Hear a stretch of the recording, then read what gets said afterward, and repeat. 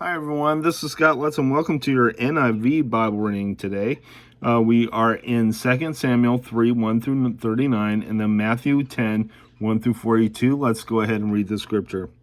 The war between the house of Saul and the house of David lasted a long time.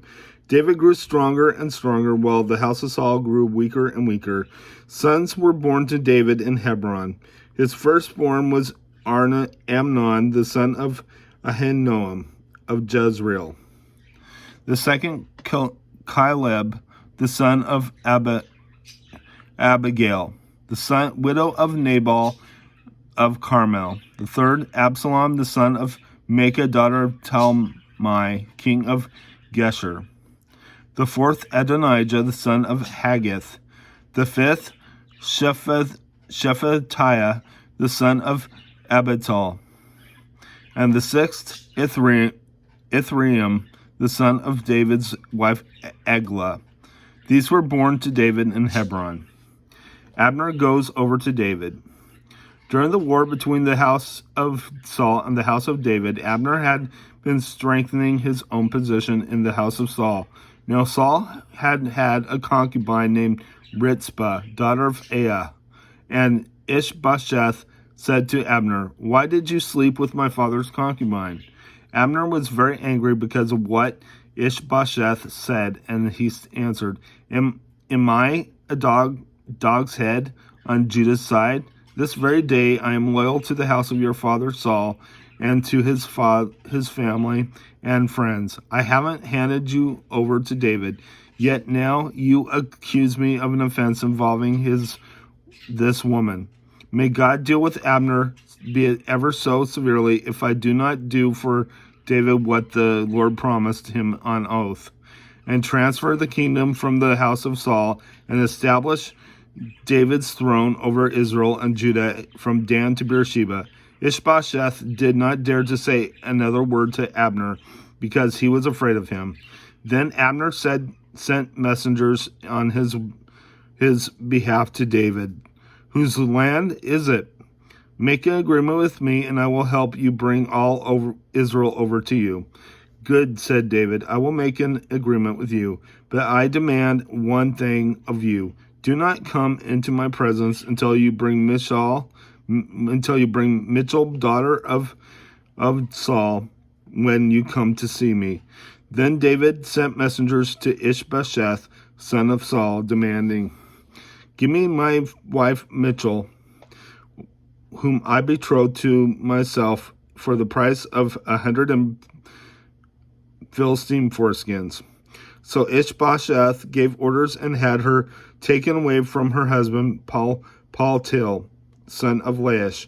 Her husband, however, went with her, weeping behind her all the way to Bahurim. But then Abner said to him, "Go back home." So he went back. Abner conferred with the elders of Israel and said, "For some time you have wanted to make David your king. Now do it. For the Lord promised David, by my servant David, I will rescue my people Israel from the hand of the Philistines and from the hand of all their enemies." Abner also spoke to the Benjamites in person. Then he went to Hebron to tell David everything that Israel and the whole house of Benjamin wanted to do. When Abner, who had 20 men with him, came to David at Hebron, David prepared a feast for him and his men. Then Abner said to David, "Let me go at once and assemble all Israel for my lord the king, so that they may make a compact with you, and that you may rule over all your heart desires." So David sent Abner away, and he went in peace. Joab murders Abner.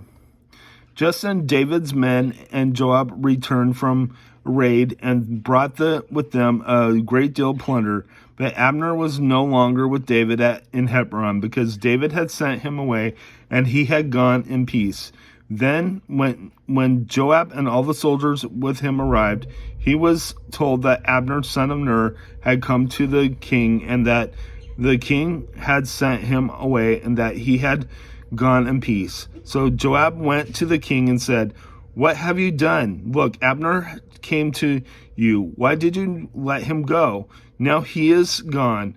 You know Abner, son of Ner. He came to receive you and observe your movements and find out everything you are doing." Joab then left David and sent messengers after Abner, and they brought him back from the wall of Sirah. But David did not know it.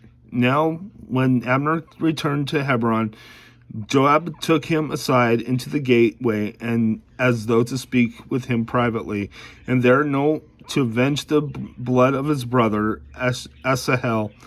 Joab stabbed him in the stomach, and he died. Later, when David heard about this, he said, "I and my kingdom are forever innocent before the Lord concerning the blood of Abner, son of Ner. May his blood fall upon the house of Joab and upon all his father's house. May Joab's house never be without someone who has a running sore or leprosy, or who leans on a crutch, or who falls by the sword, or who lacks food." Joab and his brothers Abishai murdered Abner because he had killed their brother Asahel in the battle of Gibeon.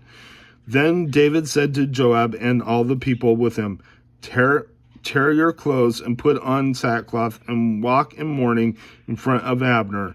King David himself walked behind the bier. They buried Abner in Hebron, and the king wept aloud at Abner's tomb. All the people wept also. The king sang this lament for Abner. "Should Abner have died as the lawless die?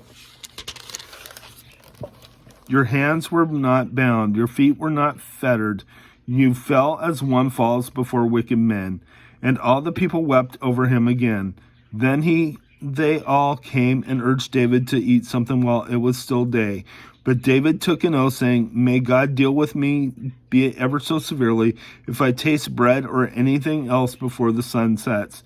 All the people took note and were pleased. Indeed, everything the king did pleased them. So on that day, all the people of all Israel knew that the king had no part in the murder of Abner, son of Ner. Then the king said to his men, "Do you not realize that a prince and a great man has fallen in Israel this day? And today, though I am this anointed king, I am weak, and these sons of Zeruiah are too strong for me. May the Lord repay the evildoer according to his evil deeds." Let's go ahead and head to your New Testament reading.